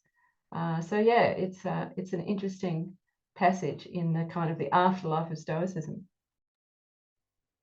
Yeah, and he basically then goes on to talk about his final code of morals or whatever. He says, I think it's the bit where he says, which occupation should I choose? And he says, nothing wrong with other people's occupations, but I think I've got the best job, which is to be a bum. Just to do what he's doing, basically, learning about shit and thinking. Yeah, I thought that was an odd one to have as like one of his moral maxims. Like, it's kind of just like, okay, like this is just your, you know, it sounds like it's been a good selection for you, but I don't see the, like, what's sort of the moral point that he's Well, I guess he's saying, guess, what's more important than to devote all my life to the cultivation of reason and to progress as much as possible in the knowledge of the truth? I mean, otherwise, what else can you do? Go and work in coals or something, you know? He's saying it's better than that. Yeah, like, well, I think he does actually in section 29. He actually goes on to explain a little bit more what he is planning to do. So he says, not that in order to do this is reflection, I was imitating the skeptics who doubt merely for the sake of doubting, although of course, as we know, that's what he was doing up front, and put on the affectation of being perpetually undecided. For on the contrary, my entire plan tended simply to give me assurance and to cast aside the shifting earth and sand in order to find rock or clay. In this I was quite successful, it seems to me, inasmuch as, trying to discover the falsity or the uncertainty of the propositions I was examining, not by feeble conjectures, but by clear and certain reasonings, I never found any that was so doubtful that I could not draw from it some quite certain conclusion, even if it had been merely that it contained nothing certain. So that's one of those really long sentences with double negatives, you know, all over the place. And what's the net takeaway out of that? Sometimes all he got out of something was that it wasn't certain. yeah, and like this is that, like when he's going, just in that quote, I was imitating the skeptics who merely doubt for the sake of doubting and put on the affection of being perpetually undecided. It's like, oh, that's a bit, that's a bit rough. Like, even there definitely are people, I feel at least, will claim skepticism just for the shock value. But there are people that legitimately hold, like, we can't know these things. Like, these are unknowables. Like, everything falls into this category, even that. It just sort of seems a bit dismissive of their view. And then it's also too, it kind of feels like Descartes kind of just doing that anyway. Like he is drawing on like a more reasonable skeptic position. But Descartes' famous thing, obviously, is to prove the existence of the world. You know, he starts out with that cogito ergo sum, and you know, one thing I can know is that I'm thinking right now, that I'm doubting. So I know that I'm a doubting thing, you know. So this is the idea, is that he starts out with something that is indubitable. I think that's the word, isn't it? Yeah, but this, you know, all the way through, there just seems to be this kind of arbitrary choice of things going on. So in the next, at the top of page 17 in our PDF, so this is in section 29, he reverts to his building image. And just as in tearing down an old house, one usually saves the wreckage for use in building a new one, in destroying all those opinions of mine that I judged to be poorly founded, I made various observations and acquired many experiences that have since served me in establishing more certain opinions. Well, hang on, how did you establish that those were the ones to preserve out of your past exploded house? You know, how did you select timbers and elements that you now think are worth preserving? How did you arrive at that decision? In a sense, there's a lot of, you know, for someone who takes a thoroughgoing skeptic position, he then jumps to some conclusions that it's not quite clear how he's arrived at them.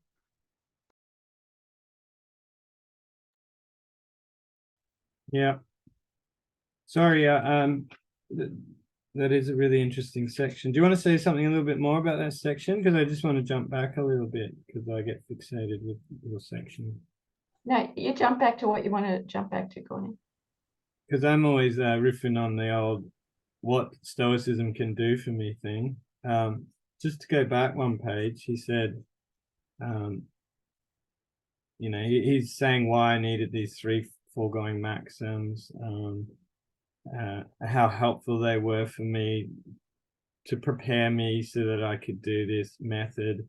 And part of it is, obviously, there's this sense that we keep coming across, that he has to remove all his old opinions and get rid of them. But still, as a human being, we still need to be able to make judgments and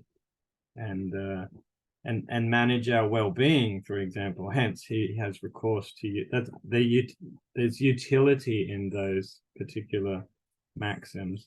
But he says, I would not have been able to limit my desires or to be happy if I had not followed a path by which, thinking I was certain of acquiring all the knowledge of which I was capable, I thought also that I was certain, by the same means, of acquiring all the true goods that would ever be in my power.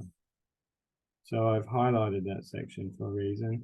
I think my thinking there was that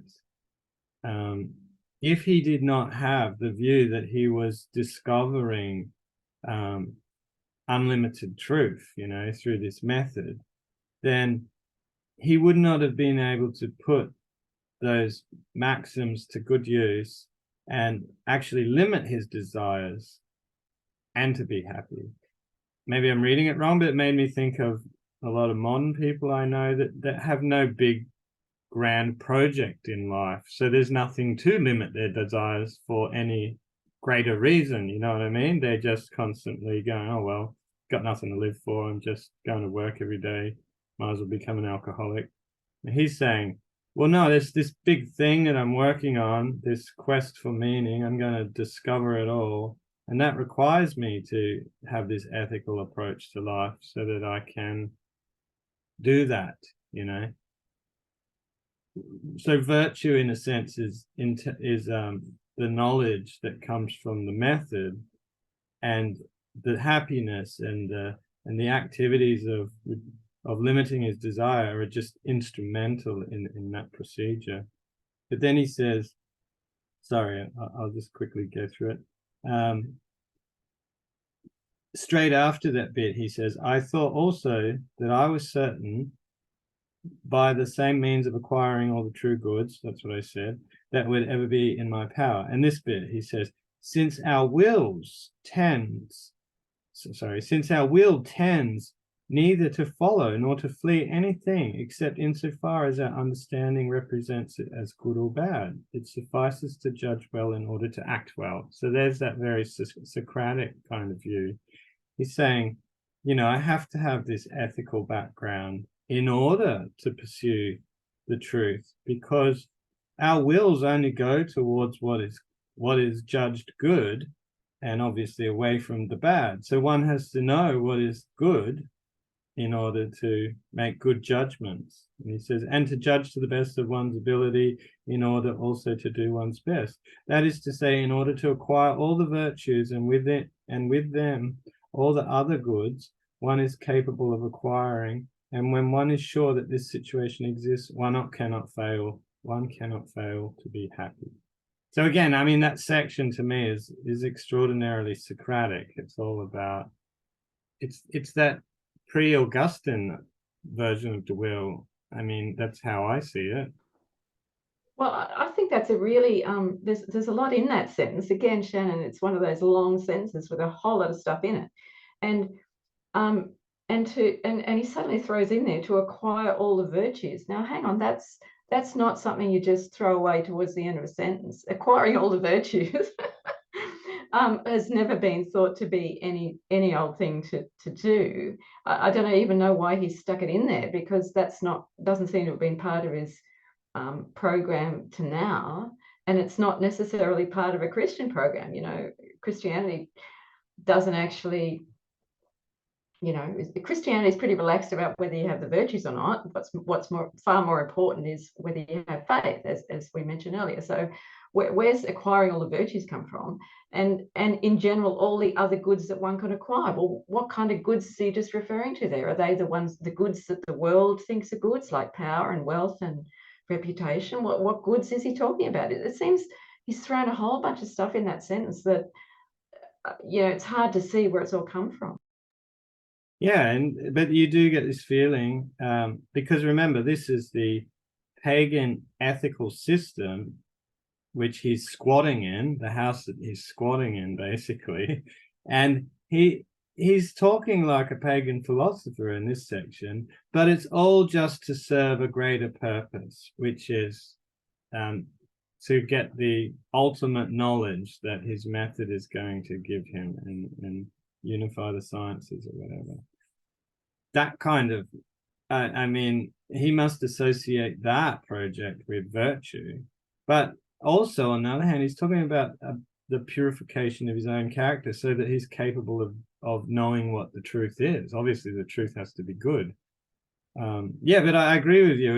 I think it's a fascinating section. And it shows you he's got his feet in two camps, really. He straddles the ancient and the modern. One other thing that I was thinking of, but I'm not sure of like Christian history of this, is I know that they have like the dispute over, or the theological dispute over faith versus works or deeds. So could that possibly relate to the fact of why he's bringing up virtue? So I do agree it's a weird, in terms of the text, it's just weird, because it's like he's barely spoken about, like he mentions it once before, and it's like the negative connotation in relation to the ancients. But yeah, could that be the split, that he is coming at it from a deeds approach? I'm not exactly sure of the theology. Yeah, look, I think it's possible, Shannon. It would be interesting to know what's in the French. I mean, I think technically at this period, the idea was that you had to have faith, but you also had to have good works. But the faith was more important, you know, much more important than the good works. So yeah, I don't know quite where it's come from. It's like he's piled everything into one sentence. Yeah. Either way, it is just a weird sentence, like in terms of structure. Like, regardless of if there is some background theology dispute that's going on, it's like he hasn't spoken about virtue at all. Like, it's not been anywhere or anything. He's like, Oh yeah, virtue. We should get on that. We'll pop down the shops. We'll pick up a good jar of justice. Well, that's right. And again, if he's taking a skeptical position, and he said earlier that pagan virtue was built on sand, so why is he now appealing to pagan virtue? You know, it's yeah. And following all that, he makes an interesting, I don't know if it's Christian, it definitely appears in Christianity, but he makes this idea, or he puts this idea about, like, I'm in two minds about it. He's wandering here and there in the world, trying to be a spectator rather than actor in all the comedies which were being played there. Like, in some ways, it's reminiscent of Jesus's perspective, because he has that idea, like, be as a passerby. But also, it kind of, to me, reinforces this feeling, and I don't know his biography, that he's just not really that concerned about being involved with the human species. He's an abstract intellectual, even though he praises his involvement in the world. Even here, he's not in the world. He's a disembodied ego watching the world. Yeah, it definitely feels like that, especially on top of like his thing of like we were mentioning before about the fourth moral maxim, where he's like, I sort of want to go off and think about reason and stuff like that. Like, it's not like, you know, I want to go and do things in the community or be with people. It's very like one step removed from interaction. So yeah, I don't have any historical knowledge on him, but it definitely feels that way, that he is a bit more disconnected. Maybe it's just psychologizing him. But maybe it's just because his meditation is going to take the view of a disembodied actor surveying the mathematical cosmos. Maybe it's just a way of kind of anthropomorphizing his philosophy as well. That makes sense. Yeah, that's a good point. It could also be that, yeah. I thought it was really interesting that section 30, and he basically says that he kind of passed in normal life, whereas, you know, his priorities and his project was completely different from all the people that he was passing on. He says, I did not cease to carry out my plan and to progress in the knowledge of truth, perhaps more than if I had done nothing but read books or keep company with men of letters. So here again, there's that shot at the ivory tower kind of people. He's out there in the world, in a sense, though he's withdrawn, you know, he's doing his own thing, even out there in the world. But then we learn that 9 years slipped by before he'd actually done anything sort of concrete or really sorted anything out. And that's kind of interesting as well. You know, it's like, it's as if he's been beating time all this time. He's just been observing, standing aside. He's been in the world, but not in the world, in a sense. Yeah, and it's a new take on the Socratic character, because instead of Socrates, who's in the city harassing people, being the gadfly, here you've got a disembodied intellect hovering around, watching and critiquing. And the reason he actually decides to do anything is a bit like when Socrates finds out that someone's made a prediction about him, you know, or spoken to the oracle at Delphi. Here he says, and the example of many excellent minds, which, having had this plan previously, did not appear to me to have succeeded. Oh, they thought that he hadn't succeeded. Someone had talked about him. Made me think it was so difficult. Oh, sorry, no, I'm jumping ahead. That I would not have dared to undertake it so early if I had not seen that some people were already putting about the rumor that I'd completed my task. I cannot say on what they based this opinion, and if I contributed anything towards this rumor by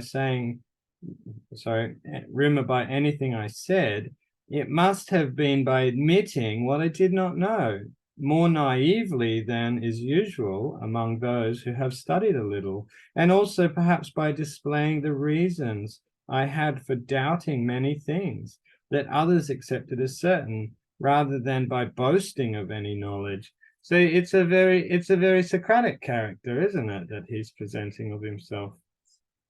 They're saying, oh, he must have succeeded, but actually I don't know anything, it's really interesting. But he's not a skeptic, though. Let's keep that in mind. He's not questioning too many things. And he's not a stoic, even when he uses it. That's right. He's not a skeptic. He's not a stoic. He's a believer in revealed religion. Nobody can doubt that. That's the one certain thing is revealed religion. Yeah, except when he wants to use natural religion. And then yeah, that's right. yeah, that's okay. You can just do that. Just mix it all up. And there was one. Oh, sorry, you go. There's one. There's just one quick point I wanted to make about the text before we were finished as well, which is around this whole point of the stove heated room.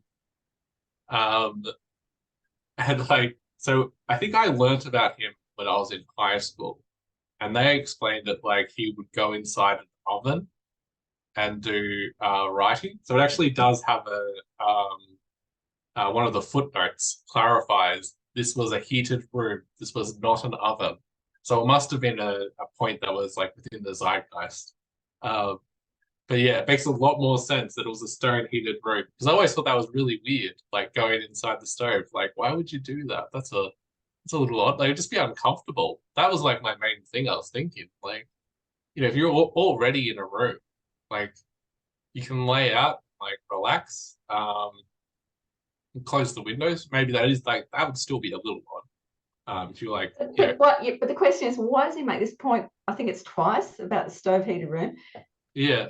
It's is it because the northern hemisphere winter was so dire that you really needed a warm place in order to actually think? I mean, that could be part of it. Otherwise, I don't really know. That's a good point too. Why does he bring it up? I think I mean, I don't know, but I was just thinking that he was making a point of how much free time he had away from other people, that he was sort of sitting around meditating the whole time, because he finishes this chapter like that, and he says, in summary, basically, things were harsh at the time wherever I was staying. There'd been such discipline from the armies, ensuring the fruits of peace. The people were all kind of wandering around a bit, there's a lot of people around, but they were all preoccupied with their own business in such a way, basically, that they didn't pay any attention to me. So he says right at the end, I have been able to live as solitary and withdrawn as I would in the most remote of deserts. And that's got to be, it seems to me, a reference to the desert fathers, the fathers of the early church, who deliberately went away off into the desert and withdrew themselves in order to devote themselves to the study of God and what he wanted. So I think that's got to be what he's gesturing to there. Yeah, and it means that the fruit of his meditations are completely compatible with what the church would approve of, because his form of science is kind of just a new form of scripture, perhaps. Yeah. Wow, this has been great tonight, and we've finished just on time. It's amazing. Yeah, thanks everyone. I found that really fascinating. I thought it was going to be really dry, so I'm really happy with that. And we'll do the next half next time. Yeah. Yeah, there's a lot to dig into. It was good fun. See you later, guys. See you. Bye.